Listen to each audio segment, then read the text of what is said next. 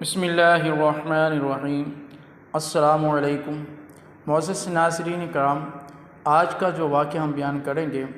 وہ قرآن پاک کی سورۃ الاعراف کی آیت نمبر 175 اور 76 کے تناظر میں ہوگی۔ اللہ تبارک تعالیٰ نے ارشاد فرمایا، ترجمہ: اور سنا دے ان کو حال اس شخص کا جس کو ہم نے دی تھی اپنی آیتیں، پھر وہ ان کو چھوڑ نکلا،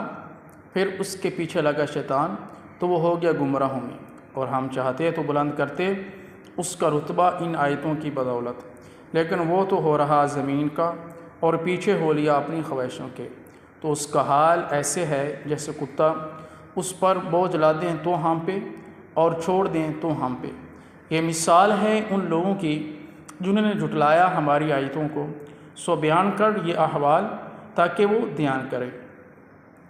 تو ان آیات کی تناظر میں آج کا جو واقعہ ہے وہ بیان کریں گے۔ اس سے پہلے آپ سے گزارش ہے کہ اس چینل کو سبسکرائب کریں۔ مذکورہ آیت میں نبی صلی اللہ علیہ وسلم کو حکم دیا گیا کہ تم یہود کو اس شخص کا قصہ سناؤ جس کو اللہ نے اپنی نشانیاں دی تھیں، مگر وہ ان نشانیوں سے اس طرح نکل گیا جس طرح سانپ کینچلی سے نکل جاتا ہے، اپنی پونچھ سے نکل جاتا ہے، تو وہ سرکش ہو گیا۔ ائمہ تفسیر سے اس بارے میں مختلف روایتیں مذکور ہیں، جن میں زیادہ مشہور اور جمہور کے نزدیک قابل اعتماد وہ روایت ہے جو حضرت عبداللہ ابن عباس رضی اللہ تعالی عنہما سے نقل کی ہے۔ اس روایت میں اس شخص کا نام بلم بن باعورہ اور بعض نے بلعام بن باعر بتایا ہے، اور یہ ملک شام میں بیت المقدس کے قریب کنان کا رہنے والا ایک شخص تھا۔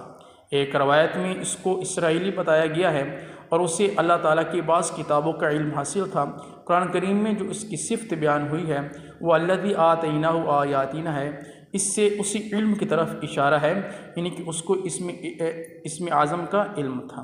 بلم بن باعورہ شخص اپنے دور کا بہت بڑا عالم اور عابد اور زاہد تھا، اور اس کو اسم اعظم کا علم تھا۔ یہ اپنی جگہ بیٹھا ہوا اپنی روحانیت سے عرش اعظم کو دیکھ لیا کرتا تھا، اور بہت ہی مستجاب الدعوات تھا۔ اس کے دعائیں بہت زیادہ مقبول ہوا کرتی تھیں۔ اس کے شاگردوں کی تعداد بہت زیادہ تھی، اس کے پاس بہت زیادہ علم تھا۔ غرق فرعون اور ترک مصر کے بعد اللہ تعالیٰ نے حضرت موسیٰ علیہ السلام اور بنی اسرائیل کو جبارین قوم عمالقہ سے جہاد کرنے کا حکم دیا، اور جبارین نے دیکھا کہ موسیٰ علیہ السلام بنی اسرائیل کا لشکر لے کر قریب پہنچ چکے ہیں، تو جبارین کو اس بات کی فکر ہوئی کہ جمع ہو کر بلم بن باعورہ کے پاس آئے اور کہا کہ موسیٰ علیہ السلام سخت آدمی ہیں، ان کے ساتھ ایک بہت بڑا لشکر ہے، وہ ہمارے ملک پر قبضہ کرنے اور ہم کو ہمارے ملک سے بے دخل کرنے کے لیے آئے ہیں۔ آپ اللہ سے دعا کریں کہ ان کو ہمارے ملک سے واپس کر دیں، وہ واپس چلے جائیں، وہ ہمارے ساتھ جنگ نہ کریں۔ قوم عمالقہ کے جو لوگ تھے وہ بلم بن باعورہ کے پاس اس لیے آئے کہ وہ ان کو یہ خدشہ تھا کہ حضرت موسیٰ علیہ السلام ان کے ساتھ جنگ کر کے ان کی زمینوں پر قبضہ کر لیں گے اور ان کو ان کی زمینوں سے نکال کر یہ زمینیں اپنی قوم بنی اسرائیل کو دے دیں گے۔ اس ڈر کی وجہ سے وہ بلم بن باعورہ کے پاس آئے کہ وہ کہنے لگے کہ آپ حضرت موسیٰ علیہ السلام اور بنی اسرائیل کے خلاف بد دعا کریں تاکہ وہ یہ جنگ ہار جائیں یا لڑیں ہی نہ، اور جنگ لڑنے کی نوبت ہی نہ آئے، تاکہ ان کی زمینیں وہ بچ سکیں۔ تو بلم بن باعورہ جو کہ اسم اعظم کا علم رکھتا تھا، اس کی ہر دعا اللہ تبارک و تعالیٰ پوری فرماتا تھا، اور وہ مستجاب الدعوات تھا۔ تو اس بنیاد پر قوم جبارین جو ہے حضرت موسیٰ علیہ السلام کے خلاف بد دعا کروانے کے لیے آئی۔ بقیہ قصے کی طرف جانے سے پہلے آپ سے گزارش ہے کہ آپ اس چینل کو سبسکرائب کریں، ویڈیوز کو لائک کریں اور شیئر کریں۔ تو آپ موسیٰ علیہ السلام کے لیے ایسی بد دعا کر دیجئے کہ وہ شکست کھا کر واپس چلے جائیں۔ آپ چونکہ مستجاب الدعوات ہیں، اس لیے آپ کی دعا ضرور مقبول ہو جائے گی۔ یہ سن کر بلم بن باعورہ کانپ اٹھا اور وہ ڈر گیا، اور وہ کہنے لگا کہ تمہارا برا ہو، خدا کی پناہ، کہ حضرت موسیٰ علیہ السلام اللہ عز و جل کے رسول ہیں، اور ان کے لشکر میں مومنوں اور فرشتوں کی جماعت ہے، ان پر بلم ہے، کیسے اور کس طرح بد دعا کر سکتا ہوں۔ لیکن اس کی قوم نے رو رو کر اور گڑ گڑا کر اس طرح اصرار کیا کہ بلم بن بعورہ جو ہے وہ ماننے پر مجبور ہو گیا۔ اس نے یہ کہہ دیا کہ استخارہ کر لینے کے بعد اگر مجھے اجازت مل گئی تو بد دعا کر دوں گا، اگر مجھے اجازت نہ ملی تو پھر نہیں کروں گا۔ مگر استخارہ کے بعد جب اس کو بد دعا کی اجازت نہیں ملی تو اس نے صاف صاف جواب دے دیا کہ اگر میں بد دعا کروں گا تو میری دنیا و آخرت دونوں برباد ہو جائیں گی۔ اس کے بعد اس کی قوم نے بہت سے گراں قدر ہدیے اور تحائف اس کی خدمت میں پیش کر کے بے پناہ اصرار کیا، یہاں تک کہ بلم بن بعورہ پر حرص اور لالچ کا بھوت سوار ہو گیا اور وہ مال کے جال میں پھنس گیا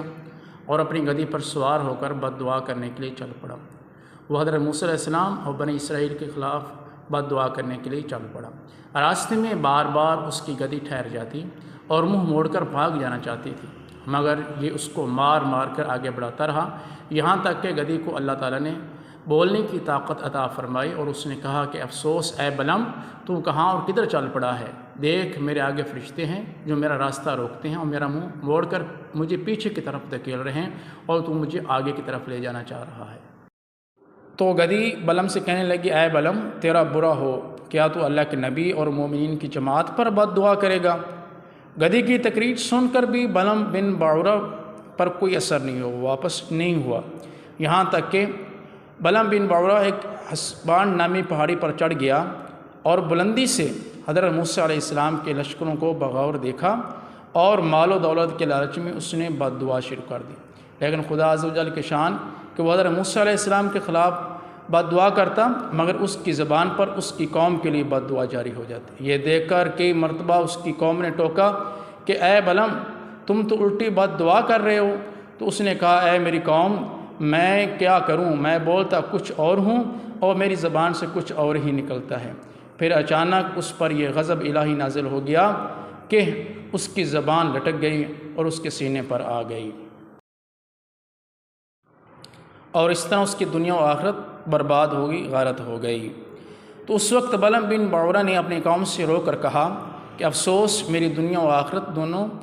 ہی برباد و غارت ہو گئیں، میرا ایمان جاتا رہا اور میں اللہ کے عذاب میں گرفتار ہو گیا ہوں، اب میری کوئی دعا بھی قبول نہیں ہو سکتی، مگر میں تم لوگوں کو مکر کی ایک چال بتاتا ہوں۔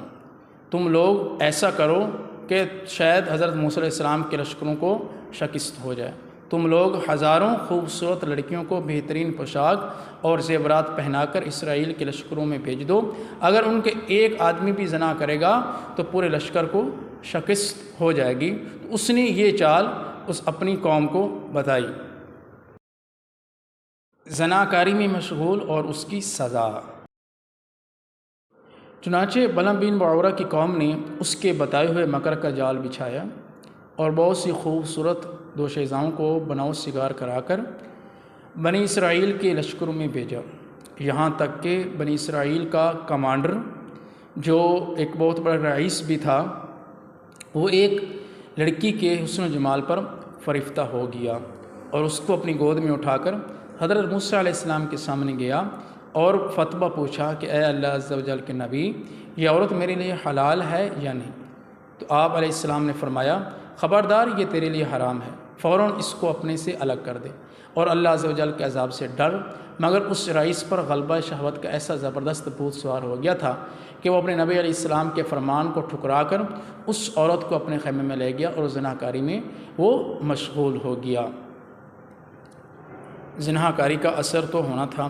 اس گناہ کی نحوست کا یہ اثر ہوا کہ بنی اسرائیل کے لشکر میں اچانک طاعون کی وبا پھیل گئی اور گھنٹے بھر میں 70,000 آدمی مر گئے اور سارا لشکر جو ہے وہ تتر بتر ہو کر بکھر گیا اور ناکام و نامراد واپس چلا گیا، جس کا حضرت موسیٰ علیہ السلام کے قلب مبارک پر بہت ہی صدمہ گزرا۔ بلم بن بعورہ پہاڑ سے اتر کر مردود بارگاہ الہی ہو گیا اور آخری دم تک اس کی زبان اس کے سینے پر لٹکتی رہی اور وہ بے ایمان ہو کر مر گیا۔ تو اس سے ہمیں یہ لیسن ملا، یہ سبق ملا کہ جو اللہ تعالیٰ کا نافرمان ہوتا ہے اس کا انجام اچھا نہیں ہوتا، چاہے اس کے پاس اسم اعظم کا علم ہی کیوں نہ ہو۔ تو مزید ایسی ویڈیو دیکھنے کے لیے چینل کو سبسکرائب کریں۔ السلام علیکم۔